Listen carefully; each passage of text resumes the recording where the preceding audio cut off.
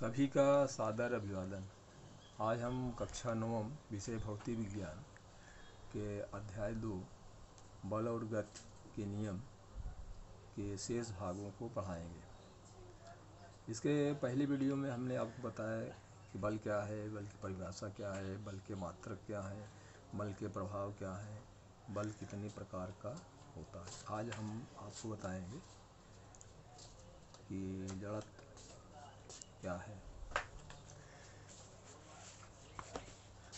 जड़त्व का अर्थ है अपरिवर्तन, अर्थात जैसा है वैसे ही बने रहना।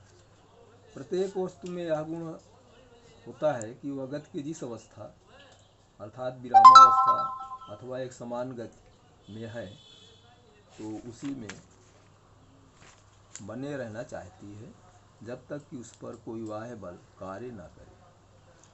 गैलीलियो ने वस्तु के इस गुण को जड़त्व कहा।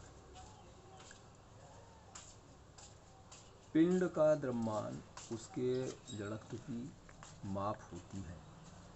इसका मात्रक किलोग्राम है। भारी वस्तु का जड़त्व हल्की वस्तु के जड़त्व से अधिक होता है। आइए हम इसको एक उदाहरण से समझते हैं। ट्रक अथवा कार में किसका जड़त्व अधिक होता है? हम जानते हैं कि ट्रक का द्रव्यमान कार के द्रव्यमान से अधिक होता है, अतः ट्रक का जड़त्व अधिक होता है। जड़त्व का नियम। विराम अवस्था की वस्तुएं विराम में ही बनी रहती हैं और गतिमान वस्तुएं गति की अवस्था में उसी वेग से बनी रहती हैं जब तक वस्तु पर बाह्य बल न लगाया जाए। इस नियम को जड़त्व का नियम कहते हैं। जड़त्व के प्रकार। Types of inertia.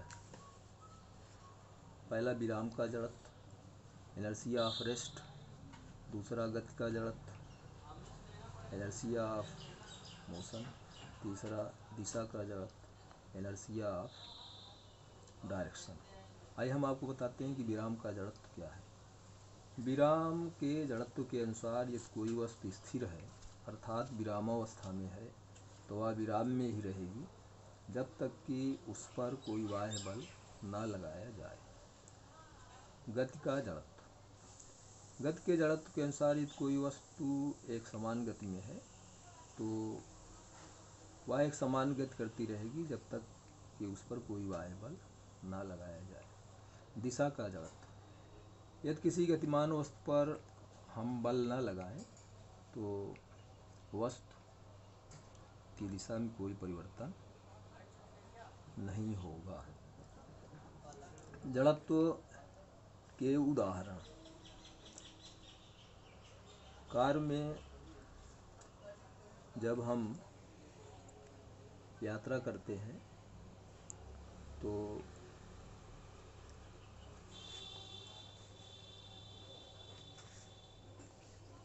चलती हुई कार के सापेक्ष हमारा शरीर गति की अवस्था में रहता है, परंतु जब ब्रेक लगाया जाता है तो गाड़ी के साथ साथ सीट भी विरामावस्था में आ जाती है, परंतु हमारा शरीर जड़त्व के कारण गति की अवस्था में बना रहता है। इसलिए हमारा शरीर ब्रेक लगने पर आगे की तरफ तेजी से झुकता है। इसमें हमें गहरी चोट भी लग सकती है, यहाँ तक कि मृत्यु भी हो सकती है। यही कारण है कि कार से यात्रा करते समय सुरक्षा बेल्ट का उपयोग करते हैं। यह सुरक्षा बेल्ट हमारे आगे बढ़ने की गति को धीमा करता है। दूसरा, बस में खड़े रहने पर बस के अचानक चलने पर हम पीछे की ओर झुक जाते हैं। इसका कारण है कि शरीर का ऊपरी भाग जड़त्व के कारण इस गति का विरोध करता है और बस के अचानक गति में आ जाने से हमारा पैर जो मोटर बस के फर्श के संपर्क में रहने के कारण गति में आ जाता है। तीसरा उदाहरण। तेज गति की कार जब तीव्र मोड़ से गुजरती है तो क्या होता है? आइए इसे हम जड़त्व के नियम से समझें। हमारा शरीर अपनी एक सरल रेखीय गति को बनाए रखना चाहता है। जब मोटर कार की दिशा बदलने के लिए इंजन द्वारा एक असंतुलित बल लगाया जाता है, तब हम अपने शरीर के जड़त्व के कारण सीट पर एक ओर झुक जाते हैं। आइए हम आपको बताएं कि किसी वस्तु का द्रव्यमान क्या होता है। द्रव्यमान, मास, किसी वस्तु में उपस्थित पदार्थ की मात्रा को उस वस्तु का द्रव्यमान कहते हैं। द्रव्यमान को स्मॉल m से लिखा जाता है, इसे ग्राम या किलोग्राम में मापा जाता है।